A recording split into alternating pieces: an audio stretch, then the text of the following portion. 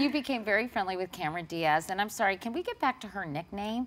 Auntie Poo Poo? Yeah, well, I'm seriously, Drew, where's that from? You don't want to know. Really? Is that right?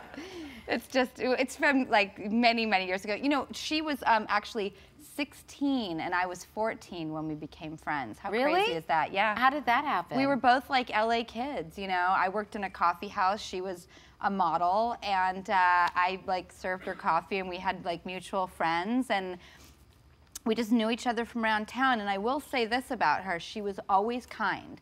You know, someone who looks like that, they could be, you know, have an attitude, and she was the opposite. She was friendly and goofy and really nice. And so when we got older and our lives had taken very different directions, I called her up and I was like, look, I have this amazing idea. I know exactly how I want to do it. It's Charlie's Angels, but this is, you know, everything I explained to you.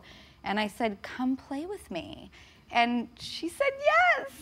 And then we just went on like some of the best years of our lives. Did you have a tough time in high school, or I can't imagine you did?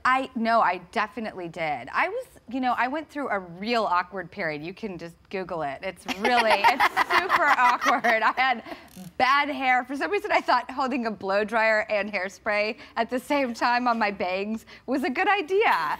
And, you know, I definitely, like, I've never been like, you know, I've never been excited about getting in a bathing suit. I just, you know, I never like had that. And then also I think kids, you know, kids are tough. And, you know, when you're coming in and out of school, I think they, you know, there was some strange emotions running through there. And so I think there was some compensation and like taking it out on me. I had just the same experience that a lot of people did in school, which was, you know, I did not like going to school every day, and it wasn't because I didn't like education. It was like socially, it was really challenging for me. But like Josie Grossi. I was Josie Grossi. I am Josie Grossi. And the good news about that is, and there is good news, it gives you empathy. And when you get out of school and you have that in your arsenal, it's like a rocket ship, you know?